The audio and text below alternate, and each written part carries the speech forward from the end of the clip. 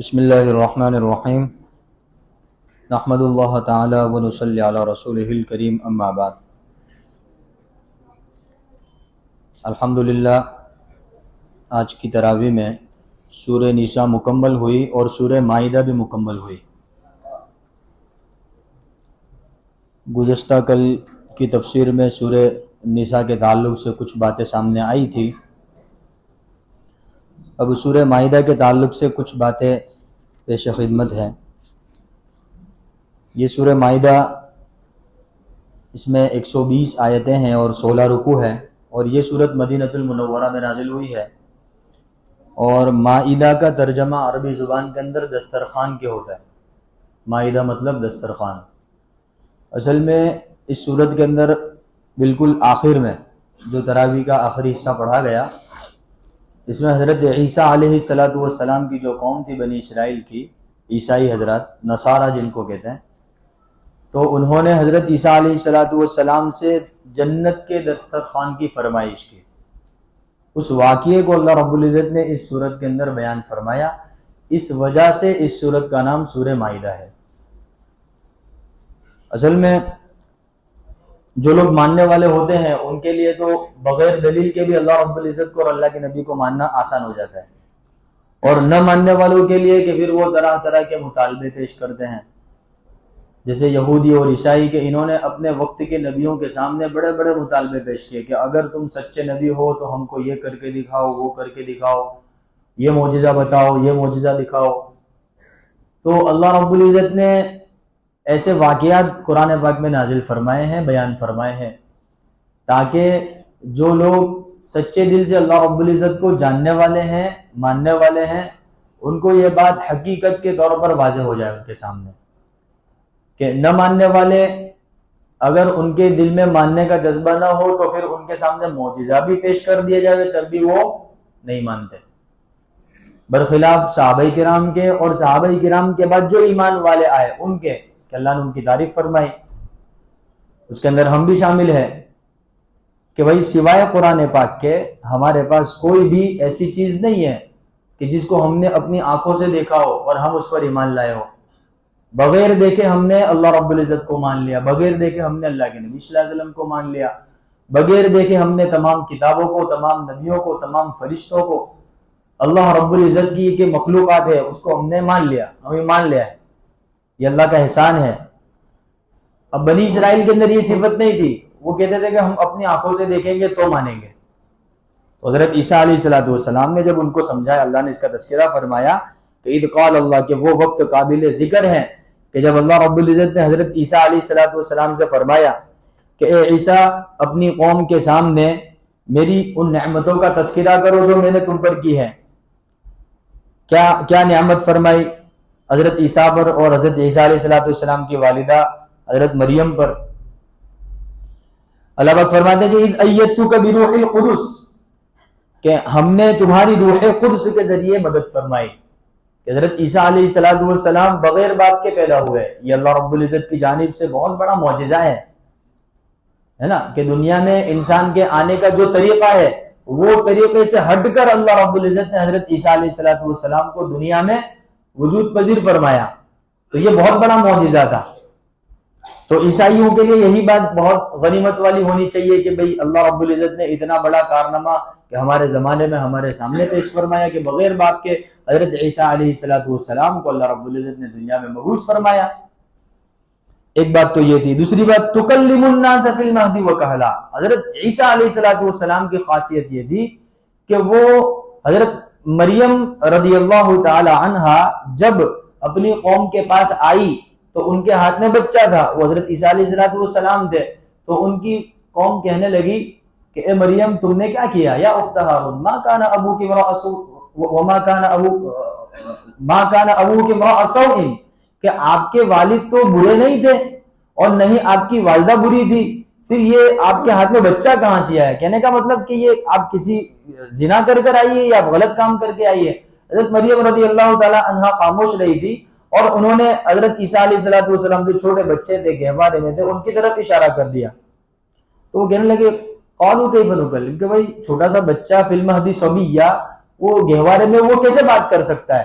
تو وہ جیسے انہوں نے یہ بات بولی کہ وہ کیسے بات کر سکتا ہے، ایسے ہی حضرت عیسیٰ علیہ السلام بولنے لگے اور کہنے لگے انی عبد اللہ، میں اللہ کا بندہ۔ چھوٹا سا بچہ گہوارے میں ہو، جھولے میں ہو، اور وہ بولنے لگے، یہ بہت بڑا معجزہ ہے۔ انی عبد اللہ آتانی الکتاب، کہنے لگے کہ اللہ کی جانب سے مجھے کتاب دی گئی ہے۔ اب چھوٹا سا بچہ کہے کہ مجھے کتاب دی گئی ہے، یہ معجزے کے علاوہ کیا ہو سکتا ہے گا؟ تو اللہ رب العزت نے اسی طرف اشارہ فرمایا تکلم الناس فی المہد، کہ اے عیسیٰ ہم نے تمہیں وہ دولت نوازی کہ تم گہوارے کے اندر لوگوں سے گفتگو کرتے تھے، اور وَإِذْ عَلَّمْتُكَ الْكِتَابَ وَالْحِکْمَةَ، اور بچپن ہی میں ہم نے تم کو کتاب اور حکمت کی باتیں عطا فرمائی تھی۔ وَالتَّوْرَاةُ وَالْإِنجِيلَ، تورات کا علم بھی عطا فرمایا تھا جو کہ حضرت موسیٰ علیہ السلام پر نازل ہوئی تھی، اور انجیل کا بھی علم حضرت عیسیٰ علیہ السلام کو اللہ پاک نے عطا فرمایا تھا۔ اور تیسری چیز اللہ پاک نے کیا ارشاد فرمائی، وَإِذْ تَخْلُقُ مِنَ الطِّينِ كَهَيْئَةِ الطَّيْرِ، کہ اے عیسیٰ ہم نے تم کو یہ طاقت دی ہے کہ تم مٹی کے جو چھوٹے چھوٹے کھلونے ٹائپ جیسے وہ ہوتے ہیں نا پرندے، تو ایسے مٹی کے پرندے بناتے حضرت عیسیٰ علیہ السلام، اور اس میں پھونک مارتے تو فَتَنْفُخُ فِيهَا فَتَكُونُ طَيْرًا بِإِذْنِهِ، تو وہ کیا بن جاتے؟ زندہ پرندے بن جاتے۔ مٹی کے پرندے بنا کر اس میں پھونک مارتے تو وہ کیا بن جاتے؟ زندہ پرندے بن جاتے۔ یہ اللہ رب العزت کی جانب سے حضرت موسیٰ علیہ السلام کے لیے بڑا معجزہ ہے۔ یہ سب معجزے اللہ رب العزت حضرت عیسیٰ علیہ السلام کے بیان فرما رہے ہیں۔ اور پانچواں معجزہ کیا بیان فرمایا؟ وَتُبْرِئُ الْأَكْمَحَ وَالْأَبْرَصَ، کہ جو پیدائشی اندھا ہو یا جو پیدائشی کبڑا ہو، جس کی پیٹھ جھکی ہوئی ہو اس کو کبڑا کہتے ہیں، یا جو برس کی بیماری کے اندر مبتلا ہو، جس کے اندر کوڑ کی بیماری جس کو کہتے ہیں، حضرت عیسیٰ علیہ السلام کو اللہ پاک نے معجزہ عطا فرمایا تھا کہ اس کے سر پر ہاتھ پھیرتے وہ دیکھنے والا ہو جاتا، اس کی پیٹھ پر ہاتھ پھیرتے وہ بالکل چکا چوند تندرست ہو جاتا، بالکل طاقتور ہو جاتا۔ تو اللہ رب العزت فرماتے کہ ہم نے آپ کو یہ معجزہ عطا فرمایا۔ ساتواں معجزہ، دو معجزے، یہ ساتواں معجزہ اِذْ تُخْرِجُ الْمَوْتَى بِإِذْنِی، کہ قبر کے اندر جو مردے ہوتے تھے حضرت عیسیٰ علیہ السلام کہتے تھے قُم بِإِذْنِ اللَّهِ، تو وہ کھڑے ہو جاتے تھے، تو مردے زندہ ہو جاتے تھے حضرت عیسیٰ علیہ السلام کے اس جملے پر۔ یہ بھی اللہ کی جانب سے کیا تھا؟ معجزہ تھا۔ وَإِذْ كَفَفْتُ بَنِي إِسْرَائِيلَ عَنْكَ إِذْ جِئْتَهُمْ بِالْبَيِّنَاتِ، کہ ہم نے تمہاری بہت مدد فرمائی جب حضرت عیسیٰ علیہ السلام کے حواریوں نے کچھ معجزے طلب کیے، اللہ کی جانب سے معجزے دیے گئے۔ اتنے سارے معجزے بیان فرمانے کے بعد، اتنے سارے معجزے عطا کرنے کے بعد، پھر بھی بنی اسرائیل جو تھے وہ ماننے کے لیے تیار نہیں تھے، کہنے لگے کہ ہم بالکل صدق دل سے تم پر ایمان لانا چاہتے ہیں۔ تو اللہ رب العزت نے اس واقعے کی طرف اشارہ فرمایا کہ اذ قال الحواریون، جب ان کے حواریوں نے کہا یا عیسیٰ ابن مریم، اے مریم کے بیٹے عیسیٰ، هل يستطيع ربک، کیا کہہ رہے؟ هل يستطيع ربک، کیا تمہارا پروردگار طاقت رکھتا ہے ان ينزل علینا مائدۃ من السماء، کہ آسمان سے ہم پر دسترخوان نازل کر دے۔ دیکھو اتنے سارے معجزے اللہ پاک نے حضرت عیسیٰ علیہ السلام کو عطا فرمائے، پھر بھی بات ان کی سمجھ میں نہیں آئی۔ پتا چلا کہ ماننے کا موڈ تھا ہی نہیں ان کا جذبہ تھا ہی نہیں۔ ماننے والے کے لیے تو ایک دلیل بھی کافی ہے، اور نہ ماننے والے کے لیے کہ ہزار دلیلوں کے دفتر کیا ہے کہ بیکار ہے، وہ نہیں مانے گا اس کو۔ تو اتنی ساری اللہ رب العزت نے دلیلیں اور معجزے بیان فرمائے، پھر بھی کہہ رہے کہ کیا آپ کا پروردگار طاقت نہیں رکھتا ہے؟ اب نسبت بھی کس کی طرف کی؟ اللہ کی طرف کی۔ کسی بندے کو یہ اس کا یہ شیوا تھوڑی ہے کہ وہ اپنے خالق کی طرف استطاعت کی نسبت کرے کہ کیا اللہ کی طاقت ہے؟ تو یہ جملہ انہوں نے استعمال کیا کہ اے عیسیٰ، کیا تمہارا رب یہ طاقت رکھتا ہے؟ کیا تمہارے رب کی استطاعت ہے؟ نعوذ باللہ، کہ ان ينزل علینا مائدۃ من السماء، کہ وہ آسمان سے دسترخوان نازل کر دے۔ حضرت عیسیٰ علیہ السلام فرمانے لگے اتقوا اللہ، اللہ سے ڈرو۔ کیا کہہ رہے ہو تم؟ کیا کہنے لگے؟ اتقوا اللہ ان کنتم مؤمنین، تم ایمان والے ہی ہو نا، کیسی بیکی باتیں کر رہے ہو؟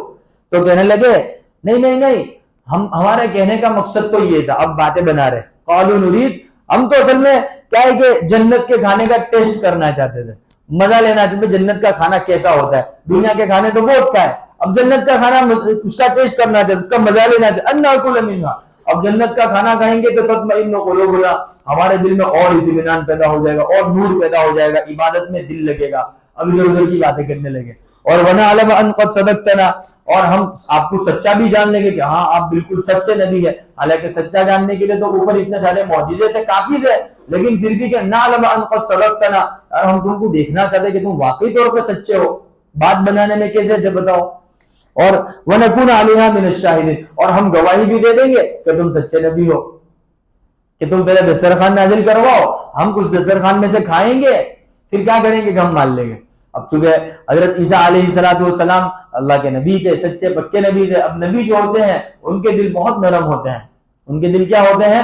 بہت نرم ہوتے ہیں. انہوں نے اپنی قوم کی درخواست کو اللہ رب العزت کے سامنے پیش کر دیا. اللہ رب العزت نے وہ بھی ارشاد فرمایا قال عیسی ابن مریم، عیسیٰ ابن مریم نے دعا کے لیے ہاتھ اٹھایا اور دعا مانگی اللہم، اے اللہ، ربنا، ہمارا رب ہے تو، انزل علینا مائدۃ من السماء، ہم پر آسمان سے دسترخوان نازل فرما، تکون لنا عیدا لاولنا وآخرنا، تاکہ یہ دسترخوان کا نازل ہونا یہ ہمارے اگلوں کے لیے، ہمارے پچھلوں کے لیے کیا بن جاوے؟ ایک خوشی کا سبب بن جاوے، عید کا دن بن جاوے، گویا کہ دل بہلانے کی چیز بن جاوے، دلوں کے اندر اطمینان پیدا ہو جاوے. اور وآیۃ منک، اور یہ آپ کی جانب سے ایک بڑی نشانی بھی ہوگی، تو جن کے ایمان کمزور ہے وہ مضبوط ایمان والے ہو جائیں گے.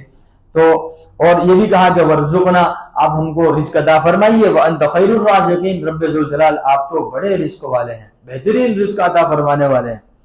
تو اللہ نے دعا قبول فرمائے، لیکن دعا قبول فرمانے سے پہلے اللہ رب العزت نے ایک شرط رکھی. اللہ پاک نے ارشاد فرمایا قال اللہ انی منزلها علیکم، میں دسترخوان تو نازل کر دوں گا، لیکن دسترخوان نازل ہونے کے بعد اس میں جو کھانا نازل ہوگا وہ کھانا نازل ہونے کے بعد پھر اگر کسی نے انکار کر دیا تو پھر ایسے عذاب میں مبتلا کروں گا کہ پوری کائنات میں کسی کو ایسا عذاب نہیں دیا ہوگا. قال اللہ انی منزلها علیکم، میں دسترخوان تو نازل کروں گا، فمن یکفر بعد منکم، پھر اگر تم میں سے دسترخوان نازل ہونے کے بعد کسی نے انکار کیا، فإنی اعذبه عذابا لا اعذبه احدا من العالمین، کہ پوری مخلوقات میں سے عالم میں کسی کو ایسی سزا نہیں دی ہوگی، ایسی سزا میں تم کو دوں گا.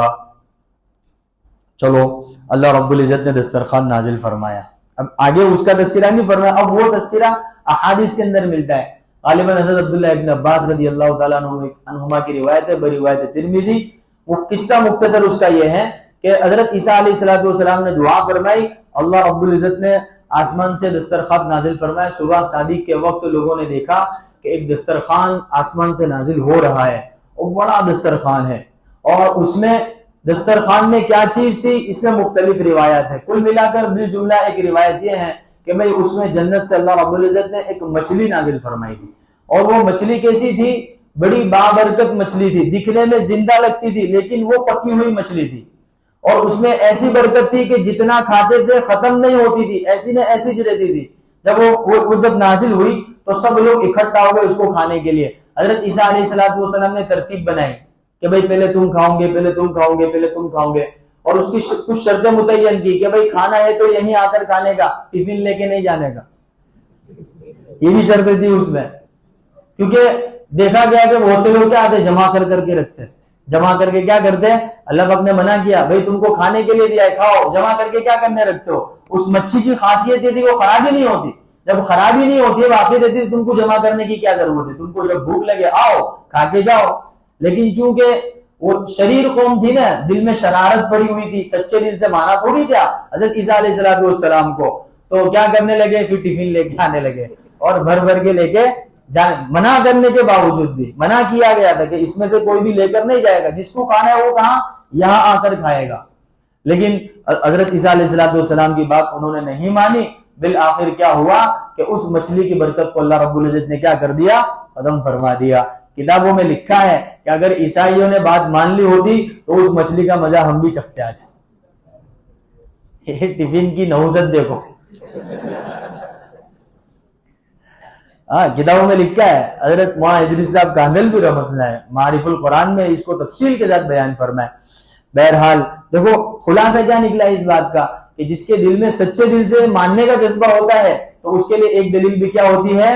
کافی ہوتی ہے. اب اپنی آنکھوں سے دسترخوان کو نازل ہوتے ہوئے دیکھ رہے اور وقت کے نبی ان کو سمجھا رہے، پھر بھی ان کی سمجھ میں نہیں آئی اور آخرکار وہ اللہ رب العزت کے عذاب کے مستحق بنے. پھر اللہ رب العزت نے حضرت عیسیٰ علیہ السلام سے متعلق عیسائیوں نے طرح طرح کی باتیں چلائی کہ وہ اللہ کے بیٹے ہیں اور مریم جو ہے وہ اللہ کی شریک ہے وغیرہ وغیرہ. تو قیامت کے دن اللہ رب العزت عیسائیوں کے سامنے، جتنے بھی عیسائی ہوں گے نا، سب کے سامنے حضرت عیسیٰ علیہ السلام سے اللہ ایک سوال کریں گے. وہ سوال اللہ اپنے یہاں بیان فرمائیں گے. کیا فرماؤ بھائی؟ قال اللہ یا عیسی ابن مریم. سب ہوں گے، آپ بھی موجود ہوں گے، ہم بھی موجود ہوں گے، سب موجود ہوں گے وہاں پر. اور میدان محشر میں اللہ رب العزت عیسیٰ علیہ السلام سے پوچھیں گے انت قلت للناس اتخذونی وامي الہین من دون اللہ. اے عیسیٰ، کیا تم نے اپنی قوم سے یوں کہا تھا کہ تم اپنے آپ کو اور اپنی والدہ کو اللہ کی ذات کے ساتھ شریک بناتے ہو؟ کیا تم نے یہ تعلیم دی تھی اپنی قوم کو؟ ان کی قوم کو سبق سکھلانے کے اللہ رب العزت حضرت عیسیٰ علیہ السلام سے پوچھیں گے. حضرت عیسیٰ علیہ السلام تو وقت کے نبی تھوڑی اس طرح کی شرک کی دعوت دیں گے. وہ کہیں گے سبحانک یا رب ذوالجلال، آپ کی ذات تو پاک ہے. ما یکون لی ان اقول، میری کہاں اتنی طاقت کہ میں یہ بات کہوں. ولا اعلم ما فی نفسک، اور نہیں میرے دل میں یہ بات تھی، نہ مجھے یہ کہنے کا حق ہے. آپ تو انک انت علام الغیوب، آپ تو بہترین جاننے والے، تمام غیب کے علوم آپ کے پاس ہے. ما قلت لهم الا ما، میں نے تو وہی بات کہی جو آپ نے مجھے کہنے کا حکم دیا تھا. اور وہ کیا بات تھی؟ ان اعبدوا اللہ ربی وربکم. بھائی عبادت کرنی تو صرف کس کی کرنی ہے؟ کہ اللہ کی کرنی ہے، جو میرا بھی رب ہے اور تمہارا بھی رب ہے. وکنت علیہم شہیدا ما دمت فیہم، اور اس بات پر جب تک میں ان میں تھا میں اس پر گواہ ہوں کہ میں نے یہی دعوت دی، اس کے علاوہ کوئی دعوت نہیں دی ہے. فلما توفیتنی، جب آپ نے مجھے زندہ اٹھا لیا آسمان پر. یہ حضرت عیسیٰ علیہ السلام کے متعلق قرآن کا عقیدہ ہے. جبکہ عیسائیوں کا اور یہودیوں کا ماننا یہ ہے کہ حضرت عیسیٰ علیہ السلام کو سولی پہ لٹکا دیا گیا تھا. یہودیوں نے انہوں نے لٹکا دیا تھا. جیسے آج کل ان کے چرچوں کے اندر اس طرح کی تصویر بنی ہوتی ہے نا، ایک پتلا ہوتا ہے اس طریقے سے. یہ حقیقت نہیں ہے. اللہ رب العزت نے آج کی تراویح کے اندر یہ پورا قصہ آیا ہے. تو حقیقت کیا ہے کہ حضرت عیسیٰ علیہ السلام کو اللہ رب العزت نے کیا کر لیا؟ زندہ آسمان پر اٹھا لیا ہے. اور قرب قیامت کے قریب اللہ رب العزت ان کو دجال کے خاتمے کے لیے نازل فرمائے گا. اور وہ جامع دمشق میں نازل ہوں گے اور وہ دجال کا تعاقب کر کے اس کو دنیا سے نیست و نابود فرمائیں گے. یہ اللہ رب العزت نے اس واقعے کی طرف اشارہ فرمایا. اور اخیر میں اللہ رب العزت نے ارشاد فرمایا کہ للہ ملک السماوات والارض وما فیہن وہو علی کل شیء قدیر، کہ تم کچھ بھی کہو تمام زمین تمام آسمان کی بادشاہت تنے تنہا کس کی ہے؟ اللہ ہی کی ہے. اور اللہ جو چاہے گا وہ ہوگا. واللہ علی کل شیء قدیر، اللہ رب العزت ہر چیز پر قدرت رکھتا ہے. اللہ کرے ہمیں بات سمجھ میں آ جائے اور ہم اللہ رب العزت ہمیں یہودیوں اور عیسائیوں کی طرح دین اسلام میں شکوک اور شبہات پیدا کرنے سے محفوظ فرماوے اور ایمان صحیح ایمان اللہ رب العزت ہمیں عطا فرماوے. اب صحیح ایمان حاصل کرنے کے لیے کسی نہ کسی درجے میں محنت کی بھی تو ضرورت ہے نا بھائی. تو بھائی ہمارے الحمدللہ علاقے میں دعوت و تبلیغ کی محنت چلتی ہے. ہمیں چاہیے کہ اپنے ایمان کی سلامتی کے لیے، اعمال کی سلامتی کے لیے کسی نہ کسی محنت کے ساتھ اپنے آپ کو کیا کر دینا چاہیے؟ منسلک کر دینا چاہیے. رمضان المبارک کا مہینہ چل رہا ہے، بڑے بابرکت ایام چل رہے ہیں اور بڑے قیمتی ایام چل رہے ہیں. اگر اس میں ہم نے اپنے دنوں کو اپنی راتوں کو کیا کر لیا؟ وصول کر لیا، تو پھر انشاءاللہ تعالی یہ ہماری آنے والی زندگی کے اندر کیا بنیں گے؟ کہ مشعل راہ بنیں گے، کہ رہنمائی اور اللہ کے راستے کی محنت کا کیا بنیں گے؟ ذریعہ بنیں گے. تو ابھی آپ کے سامنے یہ بنی اسرائیل کا واقعہ آیا نا کہ دیکھو آنکھوں سے اللہ کی مدد نصرت کو دیکھنے کے باوجود بھی ایمان ان کی قسمت میں نہیں تھا، تو اللہ رب العزت نے ان کو ایمان کی حقیقت سے محروم کر دیا. جبکہ اللہ کی جانب سے ہمیں تو کتنا بڑا تحفہ ملا ہے کہ ایسے گئے گزرے زمانے کے اندر بھی الحمدللہ دین کی محنت چل رہی ہے. بھائی چل رہی ہے کہ نہیں چل رہی ہے؟ اللہ کا احسان ہے، اپنے علاقے میں دین کی محنت چل رہی ہے. بہت سارے لوگ بیچارے ایسے، ان کو کوئی قرآن پاک سمجھانے والا نہیں، سکھانے والا نہیں ہے، ان کو کوئی سنانے والا نہیں ہے. کیسے ہندوستان کے علاقے، بہت دور جانے کی ضرورت نہیں، ہمارے گجرات کے سینکڑوں ایسے علاقے کہ وہاں بیچارے کوئی نہ قرآن پاک کا حافظ ہے، نہ کوئی قرآن پاک کو سنانے والا، نہ سننے والا، نہ سمجھانے والا. تو اللہ کے فضل و کرم سے دعوت تبلیغ کی محنت کی برکت سے یہ جو روشنی نظر آ رہی ہے، ہماری بھی ذمہ داری بنتی ہے کہ ہم بھی اس راستے کے اندر کسی نہ کسی درجے میں وقت لگائے. سب ارادہ کرتے ہیں انشاءاللہ تعالی کہ بھائی جب بھی موقع ملے گا انشاءاللہ تعالی، جیسے ابھی موقع ہے رمضان المبارک کا، تو دین کو اور ایمان کی محنت کو سیکھنے کے لیے انشاءاللہ تعالی 3 دن 40 دن 4 مہینہ جو بھی ہوگا انشاءاللہ وقت لگائیں گے نا. اللہ رب